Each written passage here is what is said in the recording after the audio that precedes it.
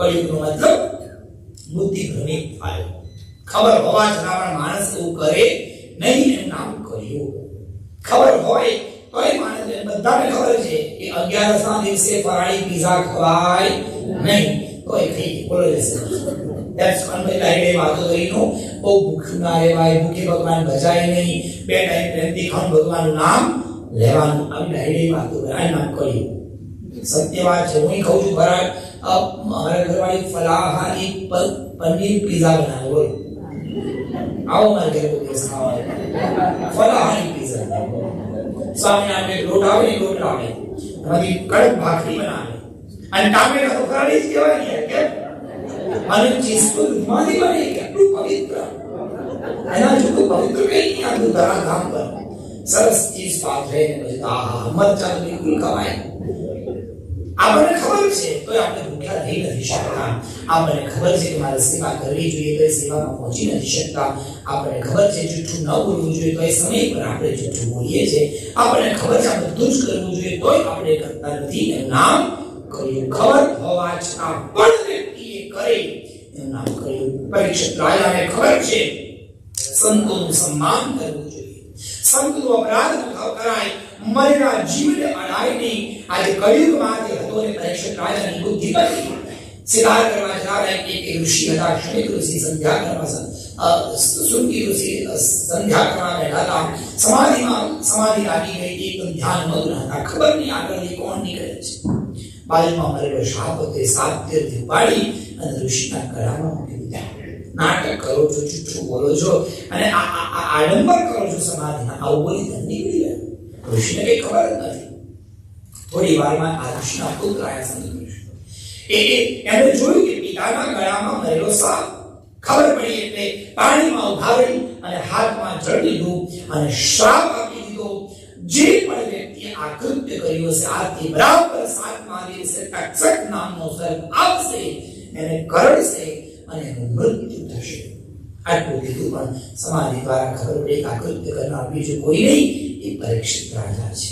એ બહુ ધર્મનિષ્ઠ હતા, ભગવાનના પરમ ભક્ત હતા. એટલે ઋષિ દોડતા જાય રાજગાદીમાં, રાજ દરબારમાં રાજગાદી બેસેલા પરીક્ષિત રાજાને પ્રણામ કરી કહે છે, હે પરીક્ષિત રાજા, મને માફ કરજો, મારી બહુ મોટી ભૂલ થઈ ગઈ છે. શું થયું? કે તમે મારા પિતા સમાધિમાં હતા, એના ગળામાં સર લગાડ્યો અને અજાણતા મને ખબર નહીં કે તમે આ કૃત્ય કર્યું છે. મારા મોઢે બોલાઈ ગયું કે જેને આ કૃત્ય કર્યું હોય આજથી બરાબર 7મા દિવસે એનું મૃત્યુ થાય. તક્ષક નામનો સર્પ એને કરડે. તો મહારાજ આજથી બરાબર 7મા દિવસે તમારું મૃત્યુ છે, તમે તમારું મૃત્યુ સુધારી લેજો. આંખો ખુલી ગઈ, કાન સળા ભર્યા અને સાહેબ વિચાર કરો, પરીક્ષિત રાજાની જગ્યાએ જો આપણે હોઈએ તો બોલો જય શ્રી કૃષ્ણ.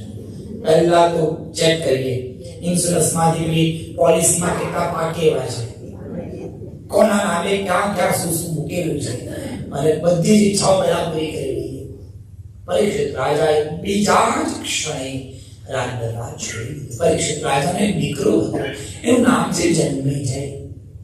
બહુ નાના જન્મેજય બાળકને રાજગાદી સોંપી તિલક કર્યું અને કીધું કે સૌ એને સંભાળજો, મારો દીકરો મોટો થશે, હસ્તિનાપુરની ગાદીનું રક્ષણ કરશે. આમ બોલી અને પરીક્ષિત રાજા જંગલમાં નીકળી ગયા. પદ પર જાય, જ્યાં આશ્રમ આવે ત્યાં ઋષિ પાસે જાય અને કહે કે મારી મૃત્યુ હવે 7 દિવસમાં થવાની, મને કોઈ ઉપાય બતાવો. આમ કરતા કરતા અનેક ઋષિઓ પાસે રહ્યા પણ કોઈ ઉપાય ન મળ્યો. અંતતોગતમાં ગંગા તટ પર પહોંચ્યા અને ત્યાં નારદજી મળ્યા. નારદજી બધી વાત કરી. નારદજી તમે એક કામ કરો, ગંગા તટ પર બેસો, ગંગા માતાને પ્રાર્થના કરો, નસીબમાં હોય તો ગંગાનો તટ વ્યક્તિને મળે. ગંગાનો તટ મળવો એટલો સરળ નથી, આ તો એની કૃપા હોય તો મળે. અને તમને ગંગાનો તટ મળે છે, ગંગાના આશ્રય બેસો. આ ગંગા છોડીને ન જશો, ગંગાજી સ્વયં તમારો રસ્તો શોધી આપશે. હું જવું કંઈક કરીને આવું છું. ગંગાના તટ પર બેઠા આ બાજુ પરીક્ષિત રાજા આના કલ્યાણ માટે, ઉદ્ધાર માટે નારદજી શુકદેવજીની શોધ કરવા માટે મથુરા વૃંદાવન તરફ નીકળ્યા. ગંગાજીનો તટ એવો સુંદર કે જે વ્યક્તિ ગંગા તટ પર બેસે એનું કલ્યાણ ભગવાન કરે. જીવનમાં જો ભગવાન મને સંપત્તિ આપે, જો સુખ આપે તો 4 ધામ જરૂર કરવા. એમાં ગંગાજીમાં જરૂર સ્નાન કરવું અને ગંગાજીમાં બેસીને જરૂર જપ તપ અનુષ્ઠાન કરવું. જીવ કે જીવ જો ગંગા નહીં જાઓ, અમારા બધી છોકરાઓ લઈ જશે. બોલો જશે કૃષ્ણ. એટલે હાડકા બદલાવા માંડે અને એમાં નસીબ હોય તો જ થાય, ના થાય.